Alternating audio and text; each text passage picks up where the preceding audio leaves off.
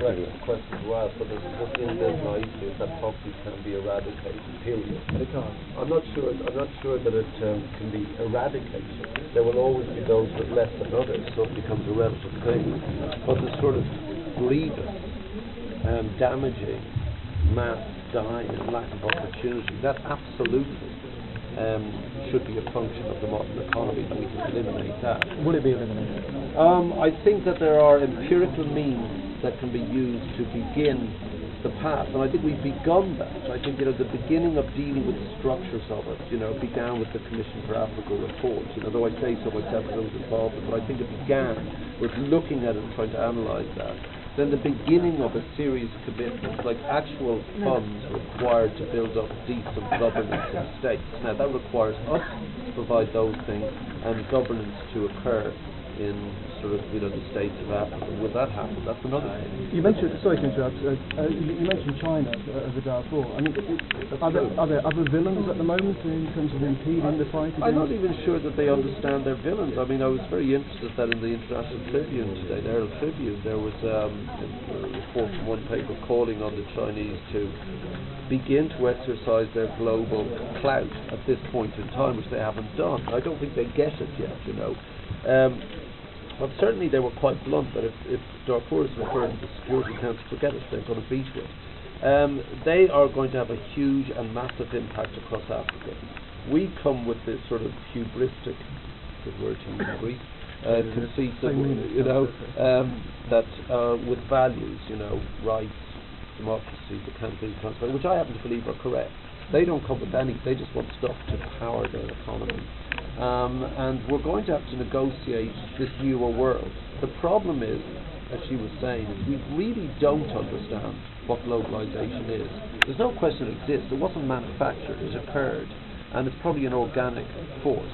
Now, we in the rich world will go, whoa, what's that? There's a lot of anxiety in Greece right now about the future, about jobs, etc. There's a lot of anxiety in France about it. And it's all to do with this thing, should we open up our market, should we not? But we can surf this huge economic wave. But that same wave drowns people in the south. And we have to find ways of ameliorating that. We actually must have to do it. I absolutely believe that the humanitarian charitable impulse have said, not in my name, what do you want, what can I do to help? If we don't do that, our spirits curdle and die. But extrapolate that and make it, when thousands and millions of people do it, it becomes political. These guys who wanted political power must take this seriously. I think they began to take it seriously in Gleneagles last year. The problem is that when a domestic crisis hits, the first thing to go, of course, is overseas aid, but I'm not sure it can do. I think one of the functions of globalization is not just interconnectedness of the economy, it's interconnectedness of the media and interconnectedness of the continent. Do you see another Live 8 coming No, I mean, I hope that was the last and what was necessary. I'd be too old anyway.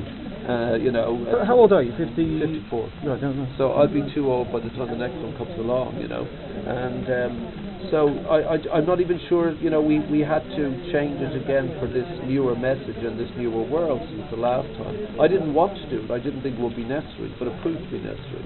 Can I ask you, has Iraq, the war in Iraq, has that damaged the fight against poverty? It's only damaged it in as much as that the American economy is siphoning a lot of money off to Iraq. But for example, where you will see where it's politically imperative to come up with a solution to a poverty. For example, the debt in Iraq was wiped out overnight by every country in the world, so as to stabilise it. Now, if you accept the logic that you must stabilise a country by eliminating its debt to try and get it back on its feet, why did it take so long to acknowledge that from the poorest of the poor? So these sort of intellectual economic arguments must be won, and they must be debated on that level. But you need the swell of public opinion behind you. So, for example, Gleneagles said they would talk about debt and aid, which they did, and they arrived at the solution that the Commission for Africa asked for. Now the fight is to make them do what they committed themselves to doing, which is why I sort of wrap the knuckles of the government here about their commitments. The third part, key, is trade. How can people trade with us when we prevent it happening? So the World Trade Organization talks in Hong Kong. They were supposed to deal with trade. They dismally failed. In a catastrophic failure for our economies. Never mind for, the poor. It was supposed to be a development track. So You know, are we on the path? Are we on the path to understanding we must get rid of this thing? It's unnecessary. It's completely unnecessary in this world of huge economies. Are we on the way to doing it? We've begun the long, tired journey, but we've at least accepted that we must begin it. We must go down this route. It could be a very short journey. You know, really, there is all the resource in the world to deal with this. On the other hand, is there the political will to deal with it in Africa itself? How short could it be?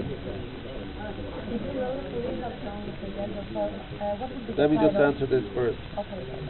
You cannot do that. It's how long is a piece of string? That's really the question. There are too many factors in it, and at any one point one will imbalance the other. But at least there's the political acknowledgement that poverty, as an element, as a function of the economy and politics, exists, and is a massive destabilizing force in the world, and it must be dealt with.